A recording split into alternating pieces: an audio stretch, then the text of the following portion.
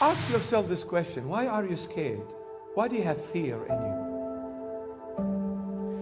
Did you know that fear, God never put a spirit of fear in no one? And if you read in the Bible, it says, I think it's John the Beloved says, he gives a list of people who will not make it to God's kingdom. Well, he lists, the adulterers, the murderers, and whatever. But he puts on the number one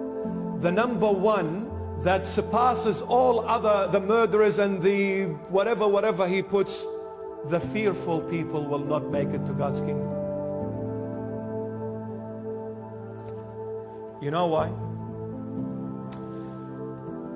I'm not talking here about a fear when you walk at night time and you hear a whisper, you say, oh, I'm scared. No, I'm not talking about that kind of fear. Sometimes it's good to have fear. It's healthy. I'm talking here about a different kind of fear, which is our topic tonight. A fear of what's going to happen to me. Am I going to be delivered? Am I going to be in good hands? Is my future guaranteed? Where am I going to end up when I die? I'm talking about this kind of fear. Not someone was chasing me in a dark alley. And my question, what were you doing in that dark alley? Don't be there. You know why the fearful people will, or the scared people will not enter God's kingdom? He's saying because they are the people that do not trust that God can save them and deliver them. These kind of people will not enter. It is not that God does not want them to enter, but they are closing the door in their own faces because they are saying, I have doubts that Jesus will come to my rescue. I'm scared.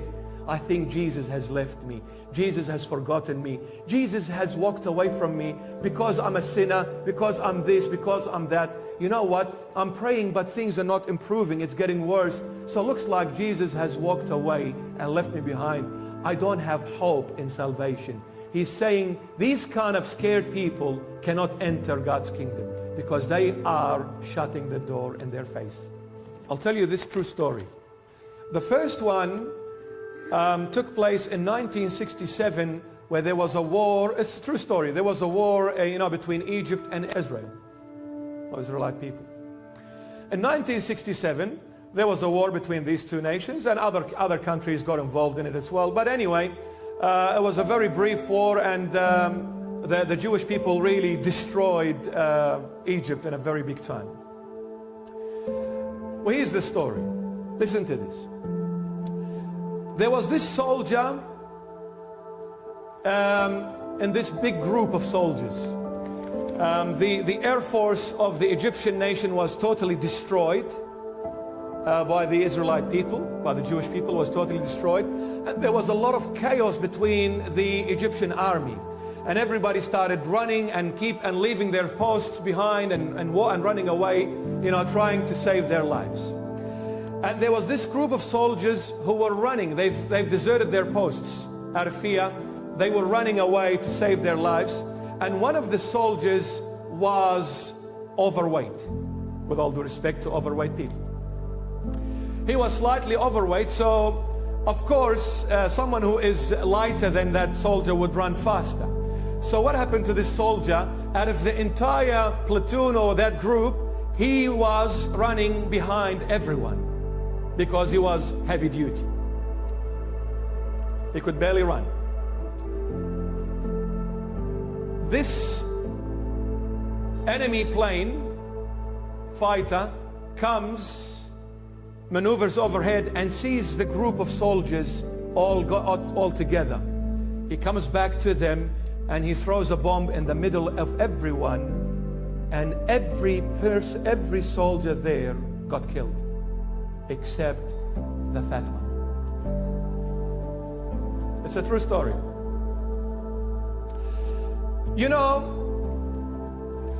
Probably this soldier was wondering, God, why am I fat?